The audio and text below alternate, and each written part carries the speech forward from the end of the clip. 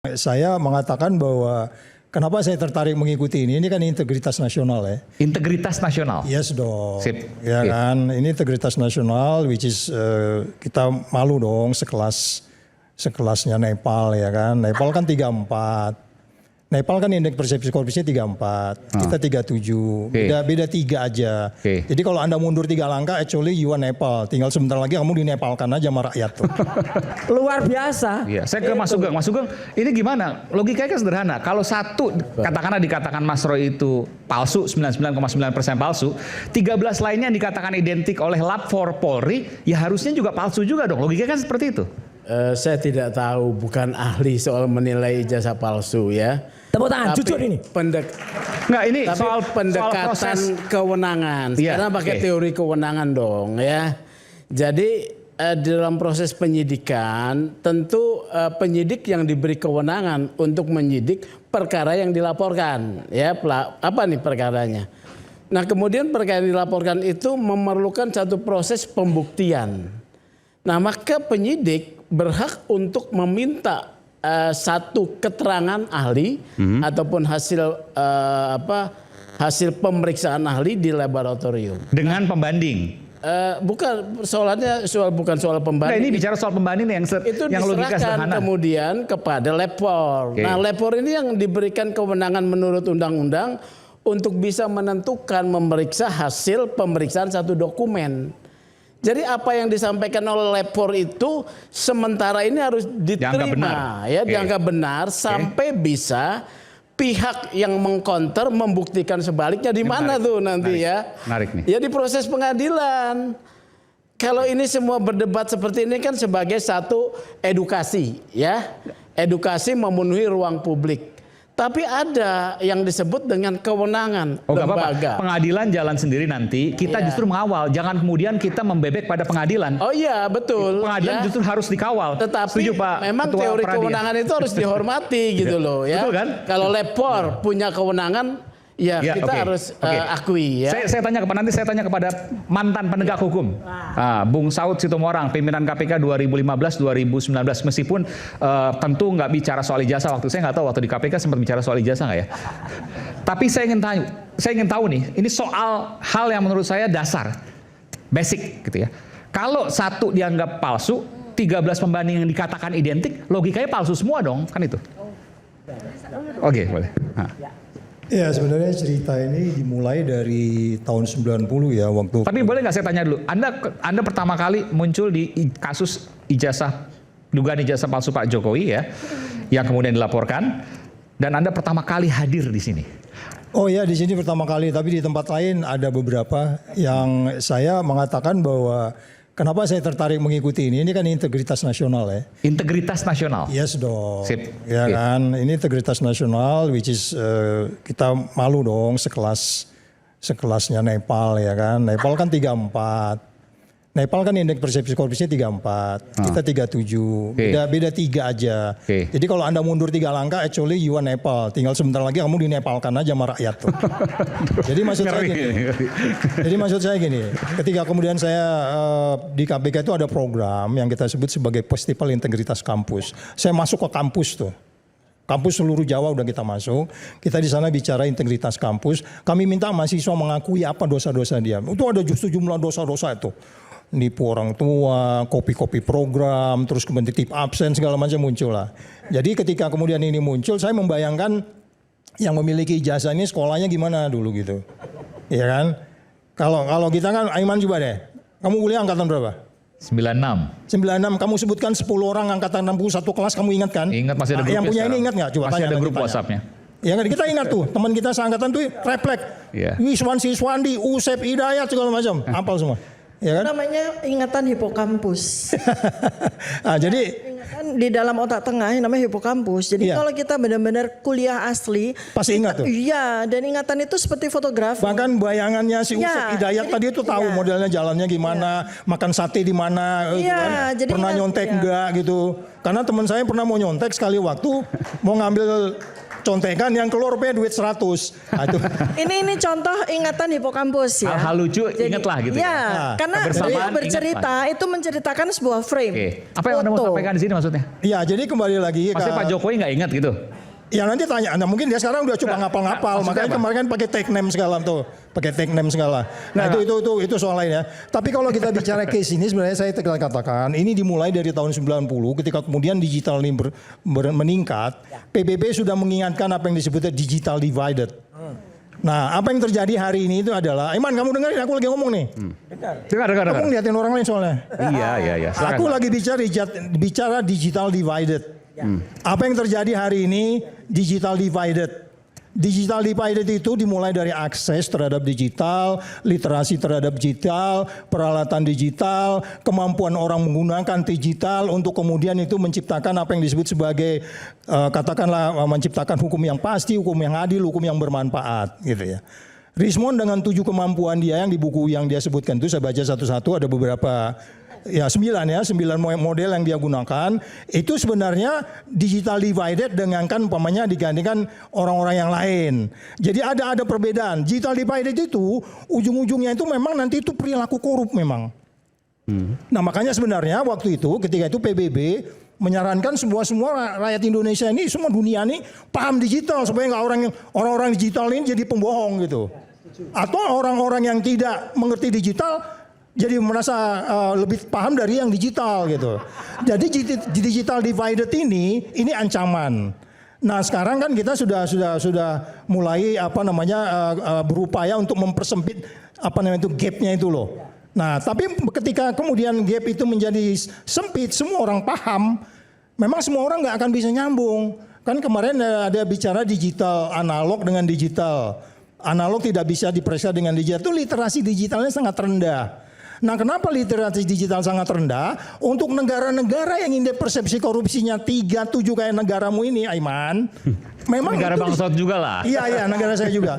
Itu digital divided itu berisiko. Nah, ini perdebatan kita hari ini digital divided. Iya kan sampai orang nggak percaya bahwa Richmond dengan 7 metode yang dia punyain, 9 yang dia punyain itu bullshit gitu. Iya kan? Padahal di bukunya tuh ada di belakang itu ya ada semua macam buku yang dia susun, dia paham C++, benar nggak Mon? Iya. Benar. Nah, ya kan? Apa itu C++? Jadi maksud saya dia detail di situ. Jadi kayak saya katakan gini loh. Saya nggak mengatakan bahwa Asman dan seterusnya teman-teman untuk kemudian tidak men-challenge mereka ini. Challenge mereka. Challenge semua nih. Richmond challenge tuh. Supaya jelas digital divided ini bisa kita selesaikan. Ya kan? Cuman mungkin nanti ada gaya yang mungkin harus lebih yang menunjukkan kepada dunia luar, oh iya orang Indonesia digital divided-nya mulai bagus. Nanti itu kaitannya dengan indeks persepsi korupsi juga gitu. Jadi jangan dilarang Richmond dan jangan dilarang Roy, Tifa dan lain-lain. Jangan Asman yang dilarang juga. Kamu challenge mereka, Man. Ya kamu challenge ya, tapi kamu gunakan logika kamu, nalar kamu, argumentasi kamu. Saya sedang membayangkan hasil nanti. Tapi maaf, tapi challenge itu harus dengan ilmu yang sama, bukan ilmu ngawur. Oh iya dong. Itu. Ya, makanya dia kan tadi katanya pakai penasehat. Nah penasehatnya juga challenge lagi Roy. Iya kalau penasihatnya cuma nomor-nomor dari kampus nggak terkenal gitu saya boleh, saya izin ya sebentar ya. Saya mau tanya ke Bang Richmond boleh sebentar aja. Sebentar, singkat aja. Akhirnya. Memang semua aplikasi itu bisa digunakan oleh orang awam kayak Fatal et al dan lain sebagainya. Itu kayaknya yang dipakai program aplikasi. Ya. Fatal et al itu aplikasi. Namanya Photoshop atau lainnya ya semacam itu. Sementara kami kemarin menunggu ahlinya itu katanya mau datang. Ya, 2 ahli itu katanya Joshua Sinambela dan Roni Teguh ya kan. Nah sebenarnya perdebatan yang menarik ya, bahkan saya waktu ke ruang istirahat kemarin itu sebenarnya yang ditunggu oleh para penyidik itu kemarin perdebatan 2 ahli itu gitu loh, supaya mereka mendapatkan perspektif benar nggak di pasal 32 dan pasal 35 ini diterapkan kepada kami. Dan saya menunggu sebenarnya kemarin untuk ahli yang digunakan oleh kepolisian tersebut ya membuktikan secara ilmiah di depan kami dan penyidik dan pengawas termasuk Irwasda di mana kami mengedit, memanipulasi secara tidak ilmiah. Ini penting karena pasalnya itu bukan main-main. yang sejak awal dilaporkan oleh Pak Jokowi, sejak laporan awal, pasal 32 dan 35 itu, ternyata itu pasal oleh Pak Jokowi sendiri sejak awal. Jahat itu. Karena ini begitu seriusnya pasal 32 dan 35 ini, yang ancamannya bahkan melebihi maling uang rakyat. Ya, 12 tahun maksimum kepada kami. Kenapa enggak ahlinya itu tunjukkan juga di depan kami secara gentleman, saintifik, bukan pakai program aplikasi ya. Itu yang saya maksud. Itu yang saya maksud. Saya potong dulu Rismon. Itu yang saya maksud. Rismon memang harus di-challenge oleh siapapun. Harus di-challenge oleh siapapun. Dan tempatnya ada gitu ya kan. Sampai nanti kalau kemudian saya sudah membayangkan sebenarnya hakimnya ini simpel kok. Dia ingat stempel aja nanti hakim itu udah bisa mutusin kok ini palsu atau asli. Gimana? Lihat stempel itu hakim itu udah bisa mutusin kok. Logikanya sederhana sebenarnya. Anda mantan penyidik nih. Oh Anda iya, melihat stempel aja tahu ya. Ini kita minta coba ya, itu nanti kan bisa kita lihat stempel duluan, foto duluan itu kan. Bentar. Ya. Coba bisa sesimpel as boleh nggak Bang Saud sini? Biar jelasin dia, tugas gue bukan di situ. Penyidik gue di sini nih si Roy sekarang. Stempel itu bisa menunjukkan hakim itu tinggal Oh iya, nanti kan dia kan bukan orang elek, bukan kayak Rismon ilmunya. Dia pakai logika yang lebih simpel aja. Simpel betul. Dan itu lebih wisdom sebenarnya. Stempelnya di luar di atas apa di bawah gitu. Ya, nanti mungkin dia akan tanya di UGM itu letakin foto dulu baru stempel atau stempel baru foto. Nah, itu nanti urutannya begitu, ya kan? Itu sederhana itu aja. Jadi kan biar bagaimana juga kan institusi yang mengeluarkan UGM itu adalah yang menentukan. Ya kan? Karena dia institusi. Ini kalau bicara penyidik ya. Itu makanya saya bilang, ini perdebatannya jangan henti-hentikan. Iya. Ini terus sampai ketemu nanti sebenarnya. Jangan lupa ini misi besar integritas bangsa Indonesia yang menyangkut pimpinan negaranya. Saya terima kasih pada Rismon, Tifa, Roy. Terima kasih juga Asman yang kamu men-challenge mereka. Ya, jangan pernah berhenti men-challenge mereka. Sampai nanti kita bisa pastikan kamu yang kau atau mereka. Jadi begini itu juga aja. Bang Saud ya, biar bagaimanapun ini sudah masuk ke tarafnya, sudah ada tersangka dan sedang menunggu P21 lah menurut saya ya. Jadi artinya itu nanti kan di pengadilan. Dan Pak Jokowi sudah mengatakan ya udah kita di pengadilan bagaimana pembuktian itu. Kalau di challenge untuk bagaimana antara katakanlah dua yang konon katanya ahli ini ya dan juga dua ya yang dibilang konon juga ya katanya dari ahli juga di bidang forensik. Kalau mau di challenge ya silakan lah, ketemukan juga bisa kok nggak masalah. Bang Saur, ya yang kan? disebut-sebut oleh dia ahli itu 2 minggu yang lalu di ruangan ini kemudian bilang saya sambil saya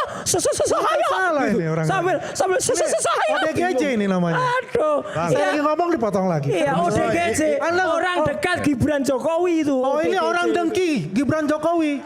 Orang dengki Gibran Jokowi ini ODGJ. Oke. Ya kan? Namanya jelas juga itu. usaha gimana? Andi Aswan. Namanya usaha itu kamu juga berusaha. Anda nggak bisa, Anda ngomong. Nggak boleh ngomong. Saya mau tanya pertanyaan saya. Bisa nggak tadi? Nggak boleh ngomong Anda itu. Nothing personal. Besok minggu depan rakyat bersuara pertemukan kami. Nothing personal. Antara Anda dengan rakyat.